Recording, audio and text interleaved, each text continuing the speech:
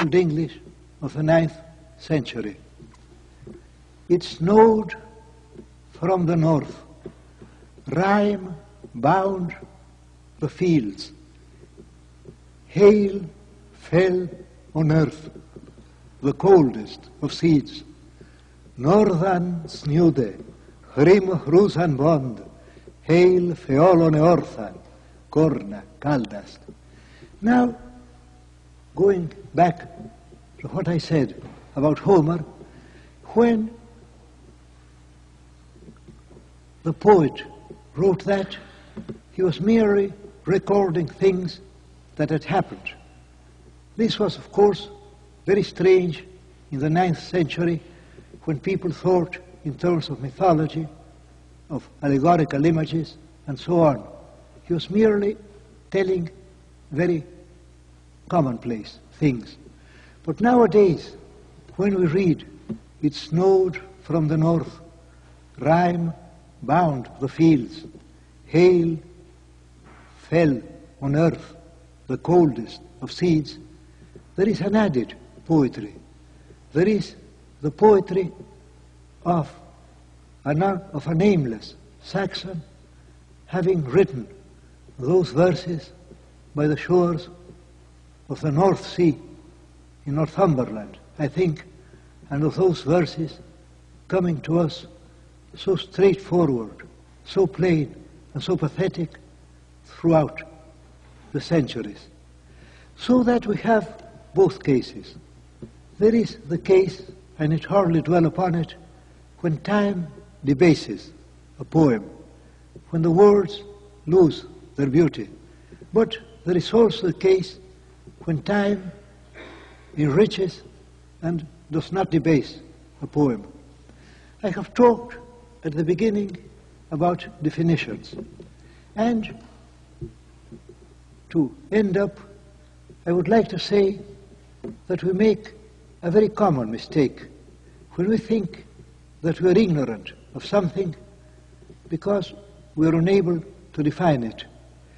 But if we are in a Chestertonian mood, that is one of the best moods to be in, I think, then we might say that we can only define something when we know nothing whatever about it. For example, if I have to define poetry, then if I feel rather shaky about it, if I'm not too sure about it, then I say something like, poetry is the expression of the beautiful through the medium of words artfully woven together.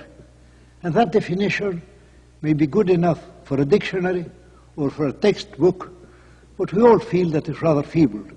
At the same time, there is something far more important, something that may encourage us to go on, not only trying our hand at writing poetry, but enjoying it and feeling that we know all about it. And that is that we know what poetry is. We know it so well that we cannot define it in other words, even as we cannot define the taste of coffee, the color of red or of yellow, or the meaning of anger, of love, of hatred, of the sunrise, of the sunset, of our love for our country.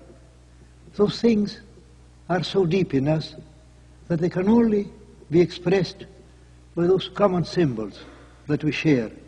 So why should we need other words? You may not agree with examples I have chosen. Perhaps tomorrow I may think of better examples. I may think that I might have quoted other lines.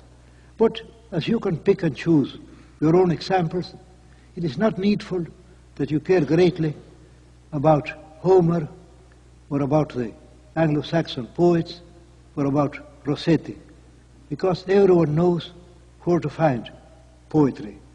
And when it comes, he feels the touch of poetry. He feels that particular tingling poetry.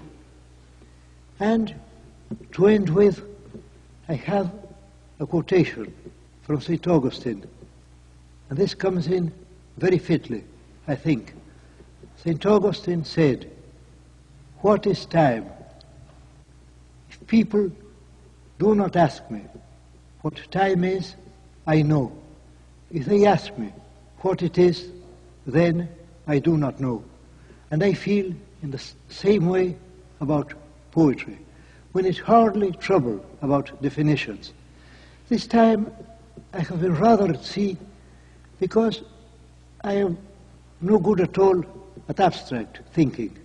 But in our next lectures, if you're good enough to put up with me, then we will take more concrete examples. I will speak about the metaphor, about world music, about the possibility or impossibility of verse translation, about the telling of a tale, that is to say, about epic poetry, the oldest and perhaps the bravest kind of poetry. And then I will end with something that I can hardly divine now.